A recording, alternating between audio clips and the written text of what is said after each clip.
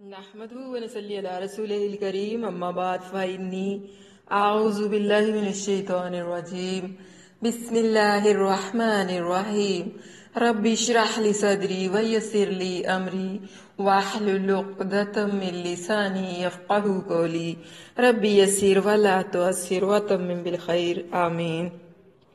باب ما جاء لا نکاح الا ببینۃ، اس بیان میں کہ بغیر گواہوں کے نکاح درست نہیں۔ عن ابن عباس عن النبی صلی اللہ علیہ وسلم قال، اور روایت ہے ابن عباس رضی اللہ عنہما سے کہ نبی کریم صلی اللہ علیہ وسلم نے فرمایا، البغایا اللاتی ینکحن انفسہن بغیر ببینۃ، اللہ کے نبی صلی اللہ علیہ وسلم نے فرمایا، زنا کرنے والی وہی عورتیں ہیں جو اپنے نکاح خود کرتی ہیں بغیر گواہوں کے۔ قال یوسف بن حماد، کہا یوسف بن حماد نے، رفع عبد الاعلی ھذا الحدیث فی تفسیر واوقفہ فی کتاب الطلاق ولم یرفعہ، یعنی حماد جو راوی ہیں اس حدیث کے، مرفوع کیا عبد الاعلی نے اس حدیث کو تفسیر میں، اور موقوف روایت کیا کتاب الطلاق میں، اور مرفوع نہیں کیا۔ یہ جو حدیث ہے یہ ضعیف ہے، اس میں سعید بن ابی عروبہ مدلس اور مختلط راوی ہے۔ روایت کی ہم سے قتیبہ نے، انہوں نے غندر سے، انہوں نے سعید سے، مانند اسی کے، اور مرفوع نہ کیا اس کو، اور یہی صحیح ہے۔ یہ حدیث غیر محفوظ ہے۔ کہا ابو عیسیٰ رحمہ اللہ نے، ہم نہیں جانتے کسی کو کہ اس نے مرفوع کیا ہو مگر وہی جو روایت کی عبد الاعلی نے سعید سے، انہوں نے قتادہ سے مرفوعاً، اور مروی ہے عبد الاعلی سے، انہوں نے روایت کی سعید سے یہی حدیث موقوفاً، اور صحیح وہی ہے جو مروی ہے ابن عباس سے۔ انہی کا قول لا نکاح الا ببینۃ، یعنی نکاح درست نہیں بغیر گواہوں کے، اور ایسا ہی روایت کی کئی لوگوں نے سعید بن ابی عروبہ سے اسی کی مانند موقوف۔ اس باب میں عمران بن حسین اور حضرت انس اور حضرت ابو ہریرہ رضی اللہ عنہم سے بھی روایت ہے، اور اسی پر عمل ہے علماء صحابہ کا، اور بعد ان کے تھے تابعین، کہتے تھے نکاح درست نہیں ہوتا بغیر گواہوں کے۔ ہمارے نزدیک اس میں اختلاف نہیں سلف کا، مگر ایک قوم نے متاخرین علماء سے اس میں اختلاف کیا ہے، اور اختلاف ہے علماء کا اس میں کہ جب گواہی دے ایک شخص بعد ایک شخص کے، یعنی دونوں کی گواہی وقت واحد میں نہ ہو اور دونوں ایک وقت میں نکاح میں حاضر نہ رہے ہوں، تو اکثر علماء کوفہ وغیرہ جو ہیں ان کا کہنا ہے کہ نکاح جائز نہیں جب تک دونوں ایک ساتھ عقد نکاح میں حاضر نہ ہوں، اور بعض اہل مدینہ نے کہا جب حاضر ہو ایک گواہ دوسرے کے بعد تو نکاح جائز ہے، مگر اعلان ضرور ہے، یعنی اگر اعلان کیا تو نکاح درست ہو گیا، اور یہی قول ہے مالک بن انس کا، اور ایسا ہی کہا اسحاق بن ابراہیم نے اہل مدینہ سے، اور کہا بعض علماء نے ایک مرد اور دو عورتوں کی گواہی جائز ہے نکاح میں، اور یہی قول ہے احمد اور اسحاق رحمہ اللہ علیہم اجمعین کا۔ عن سعید بن ابی عروبہ نحوہ ولم یرفعہ،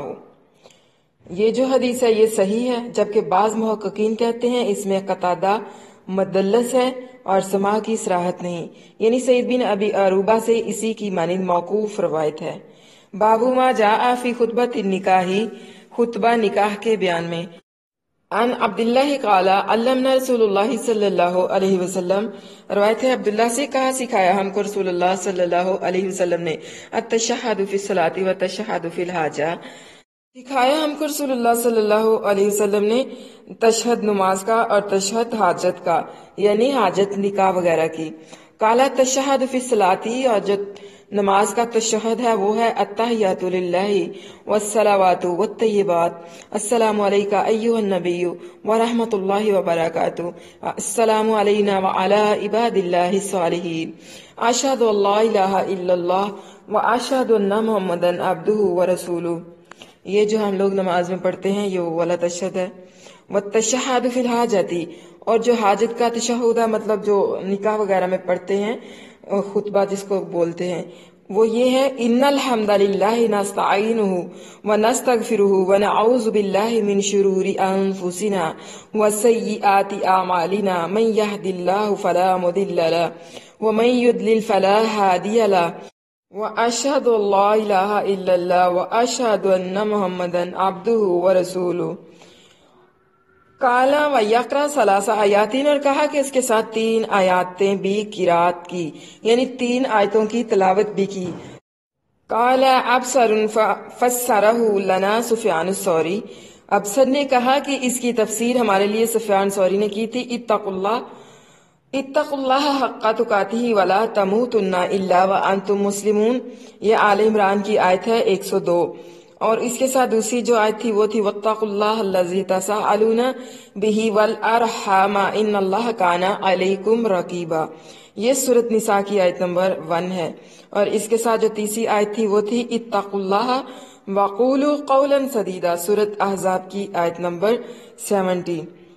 یہ جو حدیث ہے علامہ البانی رحمہ اللہ کے نزدیک صحیح ہے، جبکہ بعض محققین کہتے ہیں کہ اس میں ابو عبیدہ اور ابن مسعود کے درمیان انقطاع ہے، اور ابو اسحاق مدلس ہے اور سماع کی صراحت نہیں۔ نماز کے تشہد کا ترجمہ تو غالباً آپ کو آتا ہے، جو التحیات سے والرسول تک، اور تشہد حاجت کا یعنی نکاح وغیرہ کا یہ ہے جو ہم نے پیچھے دعا پڑھی ہے الحمدللہ سے ورسولہ تک۔ سب تعریف اللہ ہی کے لیے ہے، مدد مانگتے ہیں اس سے اور مغفرت چاہتے ہیں اور پناہ مانگتے ہیں اللہ کے ساتھ اپنے نفسوں کی شرارتوں سے اور برے عملوں سے۔ جس کو راہ بتا دے اللہ، اس کا بہکانے والا کوئی نہیں، اور جس کو وہ بہکائے اس کا راہ دکھانے والا کوئی نہیں۔ اور گواہی دیتا ہوں میں کہ کوئی معبود نہیں سوائے اللہ کے، اور گواہی دیتا ہوں میں کہ محمد صلی اللہ علیہ وسلم بندے اس کے بھیجے ہوئے ہیں، مطلب یہ کہ اس کے بندے اور اس کے رسول ہیں۔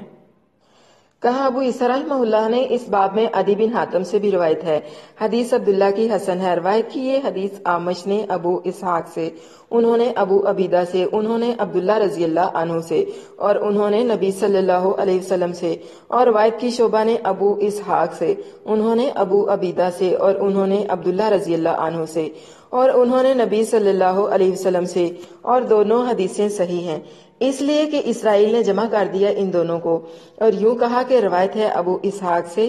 انہوں نے روایت کی ابو الاحوص اور ابو عبیدہ سے، اور انہوں نے عبداللہ بن مسعود رضی اللہ عنہ سے، اور انہوں نے نبی صلی اللہ علیہ وسلم سے۔ اور کہا بعض علماء نے کہ جائز ہے نکاح بغیر خطبہ کے، اور یہی قول ہے سفیان ثوری وغیرہ رحمہ اللہ علیہم کا۔ عن ابی ہریرہ قال قال رسول اللہ صلی اللہ علیہ وسلم، روایت ہے حضرت ابو ہریرہ رضی اللہ عنہ سے، کہا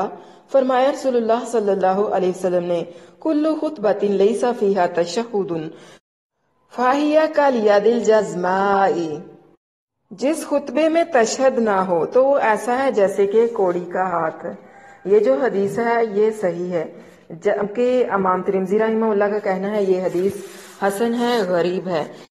باب ما جاء فی استبار البکر والسیب،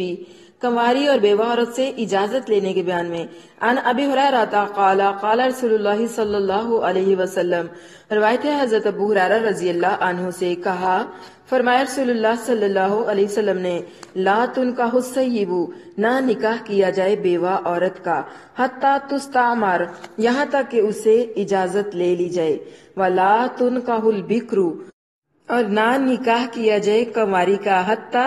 تستأذن، یہاں تک کہ اسے اجازت لے لی جائے، وَإِذْنُهَا سَمُوتٌ، اور اس کی اجازت اس کی خاموشی ہے۔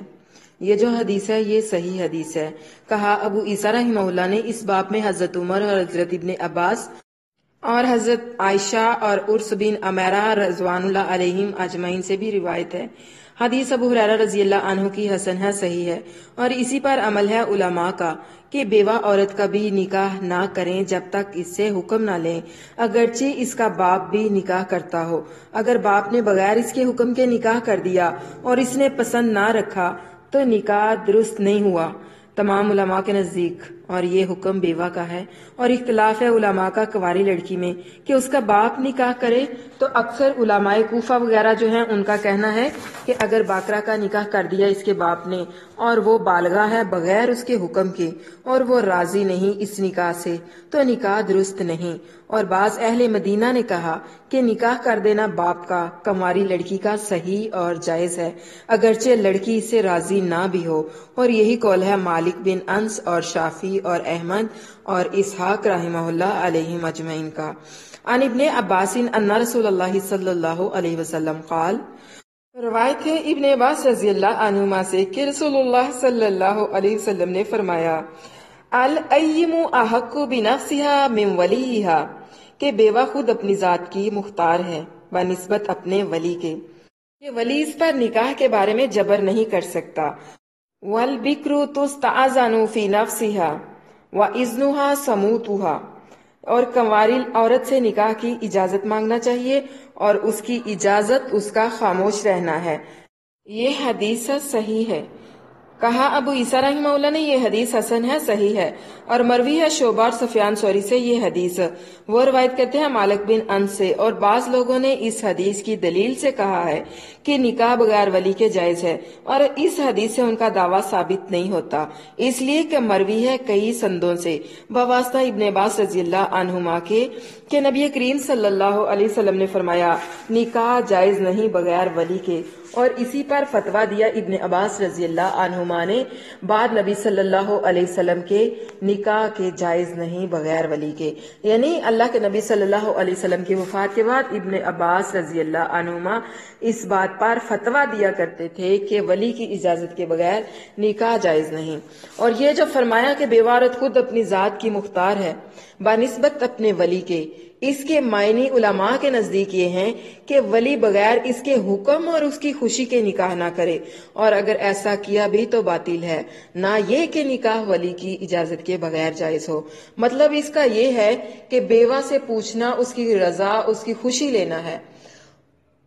زبردستی بیوہ کا نکاح نہیں کرنا چاہیے۔ مطلب اگر کہیں اس کی شادی کرنی ہے دوسری تو پہلے اس کی رضامندی لیں، اس کی خوشی معلوم کریں۔ یعنی اکثر علماء کے نزدیک یہی ہے کہ ولی بغیر اس کے حکم اور خوشی کے اس کا نکاح نہ کرے، اگر ایسا کیا بھی تو باطل ہے، نہ یہ کہ نکاح ولی کے بغیر جائز ہے۔ اور یہی ثابت ہوتا ہے خنسا بنت حزام کی حدیث سے کہ جب نکاح کیا تھا ان کا ان کے باپ نے، اور وہ بیوہ تھی اور ناخوش تھی اس نکاح سے، تو نبی کریم صلی اللہ علیہ وسلم نے ان کا نکاح توڑوا دیا تھا۔ باب ما جاء فی اکراہ یتیمتی علی التزویج، اس بیان میں کہ یتیم لڑکی پر نکاح کے لیے زبردستی درست نہیں۔ باب کا نمبر ہے 18 اور حدیث کا نمبر ہے 1109۔ عن ابی ہریرہ قال قال رسول اللہ صلی اللہ علیہ وسلم، روایت ہے حضرت ابو ہریرہ رضی اللہ عنہ سے، انہوں نے کہا کہ فرمایا رسول اللہ صلی اللہ علیہ وسلم نے الیتیمۃ تستعمر فی نفسها، کہ یتیم لڑکی سے اس کے نکاح کے لیے اس کا حکم لیا جائے۔ فَإِن صَمَتَتْ فَهُوَ إِذْنُهَا، پس اگر وہ خاموش رہتی ہے تو وہ اس کی اجازت ہے۔ وَإِنْ آبَتْ فَلَا جَوَازَ عَلَيْهِ، اور اگر وہ انکار کر دیتی ہے تو پھر اس پر کوئی زور زبردستی نہیں۔ یہ حدیث حسن اور صحیح ہے۔ اس باب میں ابو موسیٰ اور حضرت ابن عمر رضی اللہ عنہ سے بھی روایت ہے۔ کہا ابو عیسیٰ رحمہ اللہ نے حضرت ابو ہریرہ رضی اللہ عنہ کی حدیث حسن ہے، اور اختلاف کیا ہے علماء نے یتیم لڑکی کے نکاح میں۔ سو بعض علماء نے کہا ہے کہ اگر اس کا نکاح کر دیا بغیر اس کی اجازت کے تو نکاح موقوف ہے جب تک وہ بالغہ نہ ہو، اور جب وہ بالغہ ہوئی تو اسے اختیار ہے چاہے نکاح کو قبول رکھے اور چاہے باطل کر دے، اور یہی قول ہے بعض تابعین وغیرہ کا۔ اور بعض نے کہا نکاح جائز نہیں یتیمہ کا جب تک بالغ نہ ہو، اور خیار نکاح میں جائز نہیں، اور یہی قول ہے سفیان ثوری اور شافعی وغیرہ کا۔ اور احمد اور اسحاق نے کہا جب ہو گئی لڑکی یتیمہ 9 برس کی اور پھر نکاح کیا اس کا اور راضی ہو گئی وہ، تو نکاح جائز ہے اور اس کو اختیار نہیں بعد جوانی کے۔ اور دلیل لائے ہیں اس پر حضرت عائشہ رضی اللہ عنہا کی حدیث کو کہ نبی صلی اللہ علیہ وسلم نے زفاف کیا ان سے جب وہ 9 برس کی تھی، اور حضرت عائشہ رضی اللہ عنہا نے فرمایا کہ جب لڑکی 9 برس کی ہو گئی تو وہ پوری عورت یعنی جوان ہے۔ باب ما جاء فی الولیین یزوجان، اس لڑکی کے بیان میں جس کے 2 ولیوں نے 2 جگہ نکاح کر دیا ہو۔ باب کا نمبر ہے 19۔ عن سامورۃ بن جندب ان رسول اللہ صلی اللہ علیہ وسلم قال، روایت ہے سمرہ بن جندب رضی اللہ عنہ سے یہ کہ رسول اللہ صلی اللہ علیہ وسلم نے فرمایا ایما امرأۃ زوجها ولیان فہی للأول منہما ومن باء بیعا من رجلین فہو للأول منہما۔ یہ جو حدیث ہے یہ ضعیف ہے، اس میں حسن بصرہ مدلس ہیں، یعنی سمرہ بن جندب رضی اللہ عنہ روایت کرتے ہیں کہ رسول اللہ صلی اللہ علیہ وسلم نے فرمایا، جس عورت کے 2 ولیوں نے 2 جگہ نکاح کر دیا، یعنی 2 شخصوں کے ساتھ، تو وہ اول شخص کی بیوی ہوگی، اور جس نے بیچی کوئی چیز 2 شخصوں کے ہاتھ، تو وہ چیز اسی کے لیے ہے جس نے اس کو پہلے خرید لیا۔ کہا ابو عیسیٰ رحمہ اللہ نے یہ حدیث حسن ہے اور اسی پر عمل ہے علماء کا، نہیں دیکھتے ہم اس میں کسی کا اختلاف کہ جب ایک عورت کے 2 ولی ہوں، ایک نے اس کا نکاح کر دیا، پھر دوسرے کو اس کی خبر نہ تھی، اس نے بھی اسی عورت کا نکاح دوسرے مرد سے کر دیا، تو وہ پہلے کی بیوی ہو چکی اور یہ دوسرا نکاح باطل ہو گیا۔ اور جب دونوں ولی ایک ہی وقت میں نکاح کر دیں تو دونوں کا نکاح باطل ہے، اور یہی قول ہے ثوری، احمد اور اسحاق رحمہ اللہ علیہم کا۔ باب ما جاء فی نکاح العبد بغیر اذن سیدہ، اس بیان میں کہ غلام کا اپنے مالک کی اجازت کے بغیر نکاح کرنا درست نہیں۔ باب کا نمبر ہے 20۔ عن جابر بن عبداللہ عن النبی صلی اللہ علیہ وسلم قال، روایت ہے جابر بن عبداللہ رضی اللہ عنہما سے کہ نبی کریم صلی اللہ علیہ وسلم نے فرمایا، ایما عبد تزوج بغیر اذن سیدہ فہو عاہر، جس غلام نے اپنے مالک کی اجازت کے بغیر نکاح کیا وہ زانی ہے۔ یہ جو حدیث ہے علامہ البانی رحمہ اللہ کے نزدیک حسن ہے، جبکہ بعض محققین کہتے ہیں اس میں ابن عقیل راوی جو ہے وہ ضعیف ہے۔ کہا ابو عیسیٰ رحمہ اللہ نے اس باب میں ابن عمر رضی اللہ عنہما سے بھی روایت ہے، حدیث جابر رضی اللہ عنہ کی حسن ہے، اور روایت کی بعض نے یہ حدیث عبداللہ بن محمد سے جو پوتے ہیں عقیل کے، انہوں نے ابن عمر رضی اللہ عنہما سے، انہوں نے نبی کریم صلی اللہ علیہ وسلم سے، اور یہ روایت صحیح نہیں، اور صحیح یہی ہے کہ روایت کی عبداللہ بن محمد بن عقیل نے جابر سے، اور اسی پر عمل ہے تمام علماء صحابہ کا کہ نکاح غلام کا بغیر مالک کی اجازت کے درست نہیں، اور یہی قول ہے احمد اور اسحاق وغیرہ کا۔ عن عبداللہ ابن محمد ابن عقیل عن جابر ابن باب ما جاء فی مہور النساء، عورتوں کے مہر کے بیان میں۔ عن عاصم ابن عبید اللہ قال، روایت ہے عاصم بن عبید اللہ سے کہا، سمیت عبداللہ ابن عامر ابن ربیعہ عن ابیہ، کہ سنا میں نے عبداللہ بن عامر بن ربیعہ سے کہ وہ روایت کرتے ہیں اپنے باپ سے، انا امراتن من بنی فزارۃ تزوجت علی نعلین، فقال رسول اللہ صلی اللہ علیہ وسلم، کہ وہ جو عورت تھی قبیلہ بنی فزارہ سے تھی، اس نے نکاح کیا اپنا اور مہر کیا مقرر 2 جوتیاں، تو فرمایا رسول اللہ صلی اللہ علیہ وسلم نے، اراضیتی من نفسک و مالک بنعلین، کیا تو راضی ہے اپنے جان و مال سے 2 جوتیوں پر؟ قالت، اس نے کہا نعم جی ہاں۔ قالا، فرمایا فاجازہ، تو آپ صلی اللہ علیہ وسلم نے اس کے نکاح کو جائز رکھا۔ یہ جو حدیث ہے یہ ضعیف ہے، اس میں عاصم بن عبید اللہ ضعیف ہے۔ اس باب میں حضرت عمر اور حضرت ابو ہریرہ اور حضرت سہل بن سعد اور حضرت ابو سعید اور حضرت انس اور حضرت عائشہ اور حضرت جابر اور ابو حدرد الاسلمی رضی اللہ عنہم، ان سے بھی روایت ہے۔ حدیث عامر بن ربیعہ کی حسن ہے، صحیح ہے، اور اختلاف ہے علماء کا مہر میں۔ سو باز نے کہا ہے مہر وہی ہے جس پر دونوں راضی ہو جائیں، اور یہی قول ہے سفیان ثوری، شافعی، احمد اور اسحاق رحمہ اللہ علیہم اجمعین کا۔ اور مالک بن انس نے کہا کہ مہر 4 دینار سے کم نہیں ہوتا، اور بعض اہل کوفہ نے کہا مہر 10 درہم سے کم نہیں ہوتا۔ عن سہل ابن سعد الساعدی ان رسول اللہ صلی اللہ علیہ وسلم جاءتہ امرأۃ فقالت انی وہبت لنفسی لک، فقامت طویلا، فقال رجل یا رسول اللہ صلی اللہ علیہ وسلم زوجنیها ان لم یکن لک بها حاجۃ، فقال، یعنی روایت ہے سہل بن سعد سعدی رضی اللہ عنہ سے کہ آئی ایک عورت رسول اللہ صلی اللہ علیہ وسلم کے پاس اور کہا اس نے، میں نے اپنے آپ کو آپ کے حوالے کیا، یعنی میں نے اپنا آپ کو ہبہ کر دیا یا بخش دیا۔ سو کھڑی رہی بڑی دیر تک، سو عرض کیا ایک شخص نے، یا رسول اللہ صلی اللہ علیہ وسلم مجھ سے نکاح کر دیجئے اس کا، اگر آپ صلی اللہ علیہ وسلم کو اس کی حاجت نہیں تو۔ فقال رسول اللہ صلی اللہ علیہ وسلم، تو رسول اللہ صلی اللہ علیہ وسلم نے فرمایا، حل عندک من شیء تصدقوها، کیا تمہارے پاس کچھ ہے، مطلب تمہارے پاس کوئی چیز ہے اس کو مہر دینے کے لیے؟ فقال، بس اس نے کہا، ما عندی الا ازاری ھذا، میرے پاس تو کچھ نہیں مگر میرا یہ تہبند۔ فقال رسول اللہ صلی اللہ علیہ وسلم، تو رسول اللہ صلی اللہ علیہ وسلم نے فرمایا، ازارک ان آتیتھا جلست ولا ازار لک فالتمس شیئا، آپ صلی اللہ علیہ وسلم نے فرمایا، اگر تو اپنا تہ بند اسے دے گا تو تو بنا تہ بند کے بیٹھا رہے گا۔ سو فرمایا آپ صلی اللہ علیہ وسلم نے، تلاش کر کوئی چیز۔ قال ما آجد، قال اس نے کہا میرے پاس کچھ نہیں یا مجھے کوئی چیز نہیں ملتی۔ قال فرمایا، التمس ولو خاتما من حدید،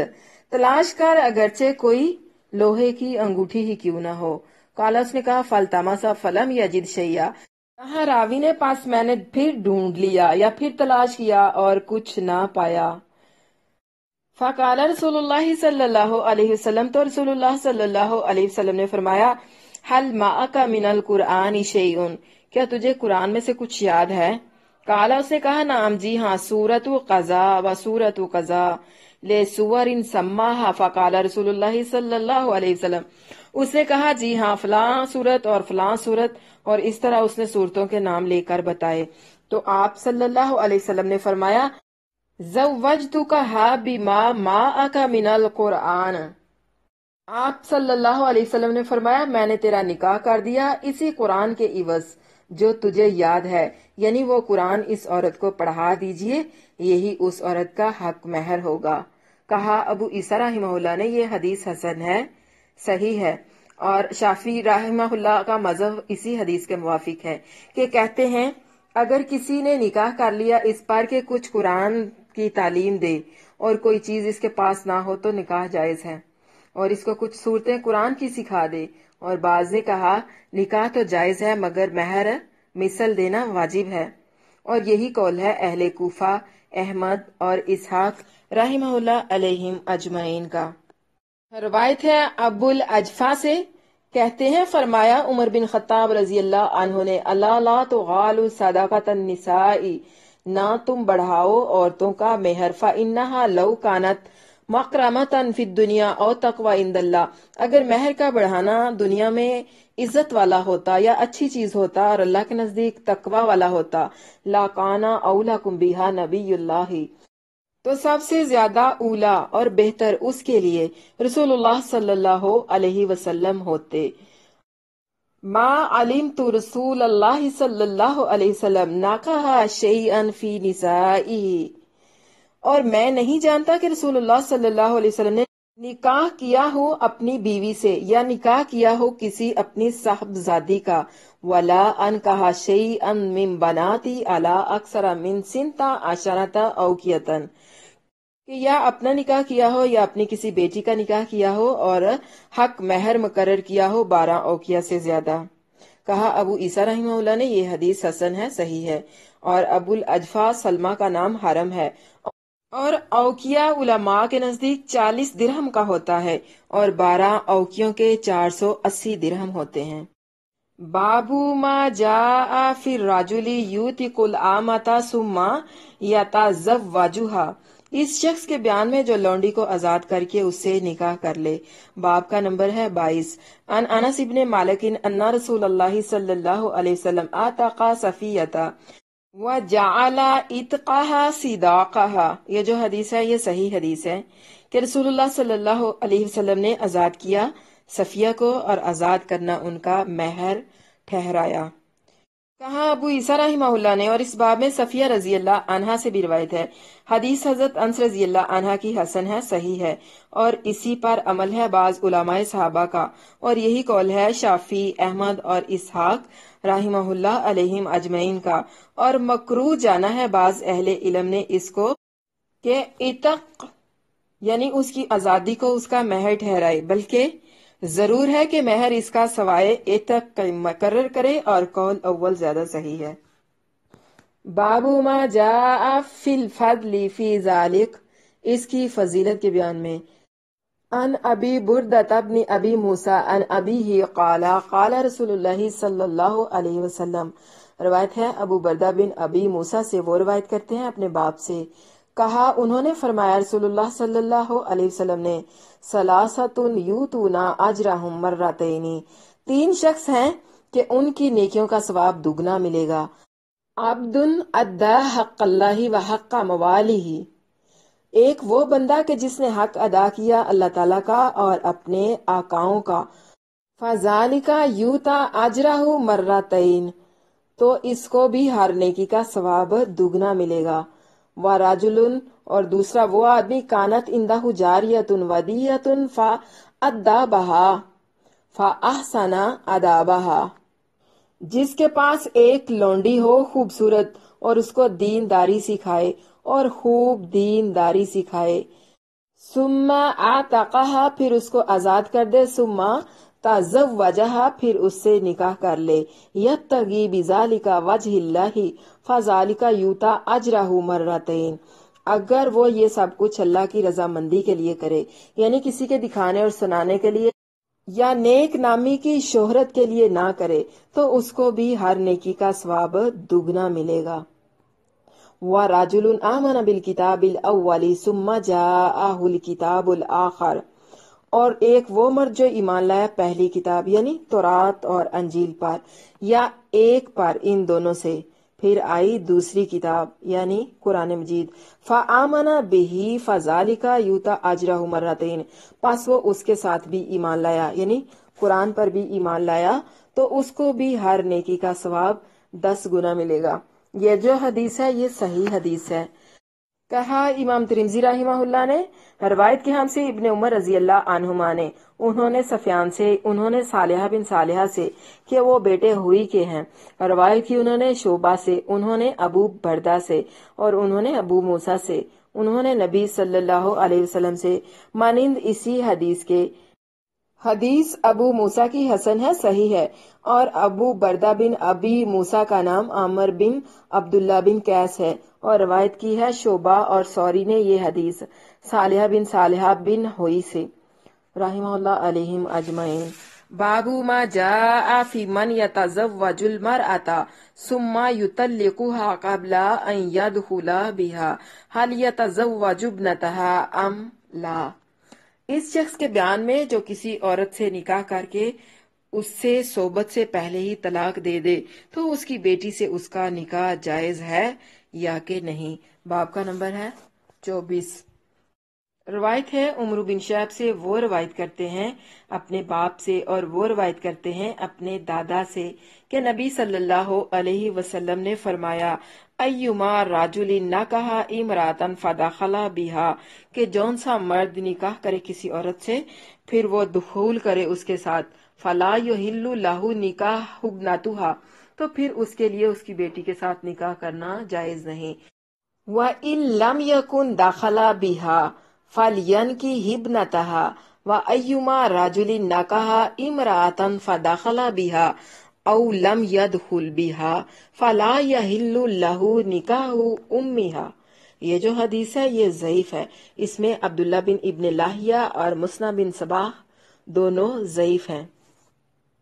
اگر اس سے صحبت نہیں کی اور طلاق دے دی تو اس کو جائز ہے اس کی بیٹی کے ساتھ نکاح کرنا، اور جس شخص نے نکاح کیا کسی عورت سے اور صحبت کی اس سے یا نہ کی، درست نہیں اس کو اس کی بیٹی کے ساتھ نکاح کرنا۔